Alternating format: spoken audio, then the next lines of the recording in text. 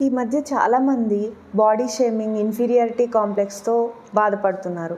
అంటే వాళ్ళని వాళ్ళు తక్కువ చేసుకోవడం, 10 మందితో కలిసినప్పుడు వీళ్ళేమంటారో, వాళ్ళేమంటారో అని బయటికి వెళ్ళలేకపోవడం, బాగా లావుగా ఉన్న వాళ్ళు బాడీ షేమింగ్ చేస్తారని ఫీల్ అవ్వడం.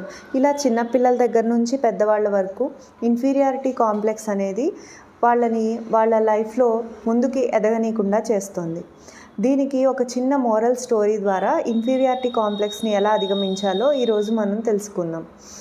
ఒక అడవిలో ఒక చిన్న కాకి ఒక చెట్టు మీద జీవిస్తూ ఉండేది.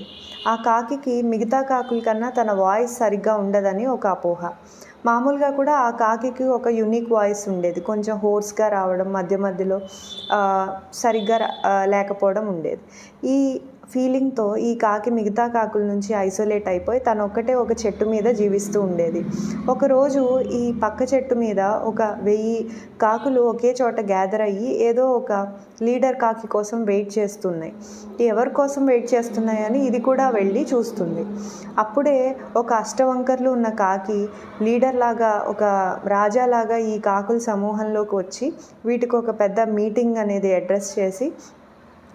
అడ్రస్ చేస్తుంది. అది రాగానే మిగతా కాకులన్నీ చాలా ఆనందంతో, ఆహ్లాదంతో అరుస్తూ ఉంటాయి.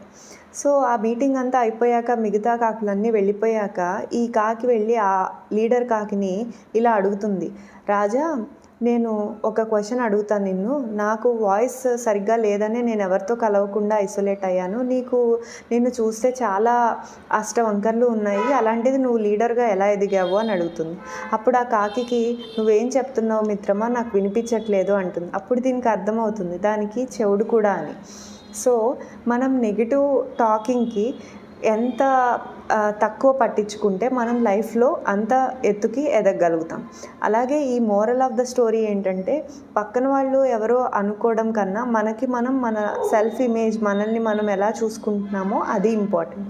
సో మీరు సెల్ఫ్ కాన్ఫిడెంట్గా మీరు అనుకున్న విషయాల్లో ముందుకు పోవడానికి ఈ స్టోరీ మీకు హెల్ప్ చేస్తుందని అనుకుంటున్నాను.